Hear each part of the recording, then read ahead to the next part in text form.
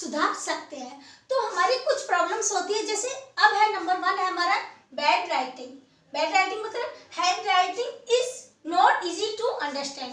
जो bad writing होती है, जैसे हम कितना इतना गंदा लिखते हैं कि हमारी जो राइटिंग लिखते हैं तो वो समझ में नहीं आती है। अब है number 2 slow writing. Slow writing मतलब हम लिखते तो हैं लेकिन क्या है, हम अच्छा तो लिखते हैं लेकिन क्या होता है हम उसको बहुत स्लो लिखते हैं। इससे भी हमें प्रॉब्लम हो जाती है, क्योंकि जब हम एग्जाम देने लगते हैं तो हम धीरे धीरे लिखते रहेंगे तो उसमें क्या होगा, उसमें जो है हमारे एग्जाम क्लियर नहीं हो पाएगा, हमारा जो काम है उसे हम पूरा नहीं कर पाएंगे। तो अब इनको देखते हुए हमारी कुछ मेजर मिस्टेक्स हैं जिनके बारे में हम आपको बताएंगे। जैसे है gap between words. Gap between words मतलब जैसे बच्चों हमने एक वर्ड्स लिखा, यहाँ पे एक वर्ड्स लिख लेते हैं कोई भी जैसे, और उसके बीच में हम ज्यादा गैप दे देते हैं, तो ये हमें जो है एक जैसा गैप देना चाहिए, हमें इक्वली गैप देना है। कभी ये नहीं कि कहीं हमने एक थोड़ा दे दिया, कहीं हमने ज्यादा गैप दे दिया। तो हमें गैप बिटवीन वर्ड्स मतलब हमें जो है एक जैसे ही गैप देना है। अब है नेक्स्ट है हमारा बिग और स्मॉल साइज ऑफ लेटर। अब हमारा बिग और स्मॉल साइज लेटर मतलब बच्चों कोई क्या होता है, कोई बहुत बड़ा लेटर लिख देता है, कोई इतना बड़ा लिख दिया, कोई छोटा लिख दिया, तो इससे भी क्या होता है हमारी राइटिंग बहुत ज्यादा खराब लगती है। हमें लिखने का तरीका एक जैसा ही रखना है। अब है नेक्स्ट है बच्चों हमारे थिक राइटिंग। थिक राइटिंग से मतलब बच्चों हमारे पेन पेंसिल जो भी हम चीज यूज करते हैं हमें इस तरीके से यूज करनी चाहिए कि वो ज्यादा मोटा ना लिखे और ओवर राइटिंग भी ना करे, उससे भी क्या होता है हमारी राइटिंग खराब होती है। अब है नेक्स्ट है हमारी प्रॉब्लम विद वन लेटर। किसी किसी को बच्चों क्या होता है एक लेटर लिखने में प्रॉब्लम होती है, तो हमें जो है इस चीज का भी ध्यान रखना है कि हम उस लेटर को अच्छे से समझे। जैसे बहुत से बच्चों को क्या होता है जी में लिखने की परेशानी होती है, बहुत से क्या करते हैं जी को ऐसे कर देते हैं, तो बहुत से बच्चों को होती है। अगर हम सही से लिखे तो देखो अब ये लेटर कितना खराब लग रहा है, अगर हम सही से लिखेंगे तो वो लेटर उसमें प्रॉब्लम नहीं होगी। हमें जो है इन चीजों का भी ध्यान रखना है। तो अभी तो हमने बताई थी कि हमारी राइटिंग को करने में क्या क्या मेजर मिस्टेक होती है। अब हम बताएंगे कि हमारे जो है इसको हम किस तरीके से इम्प्रूव कर सकते हैं।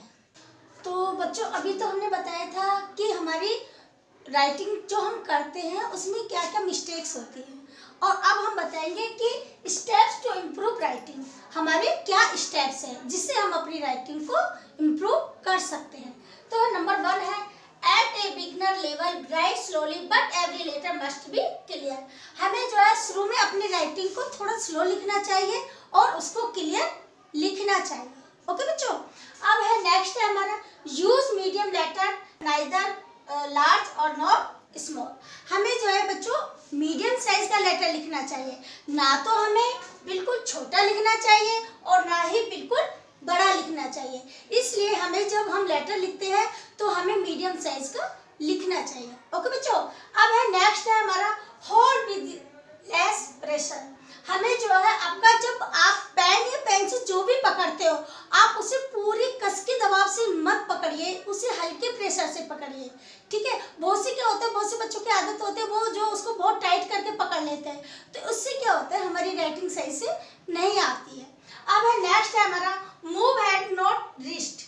हमें जो है लिखते समय हाथ मतलब अपना काम करना चाहिए, उंगलियां घुमानी चाहिए, ना कि अपने रिस्ट को घुमाना चाहिए। ओके बच्चों। बहुत से ऐसे पूरा हाथ घुमा देते हैं तो उससे हमारी राइटिंग सही नहीं होगी। लास्ट का है sit in A proper posture. हमें जो है बिल्कुल सही पोस्चर में बैठना चाहिए, ना तो ज्यादा झुक के बैठना चाहिए ना ज्यादा स्ट्रेट बैठना चाहिए, हमारा बैठने का पोस्चर सही होना चाहिए। तो अब तो आप समझ गए होगी practice makes a man perfect.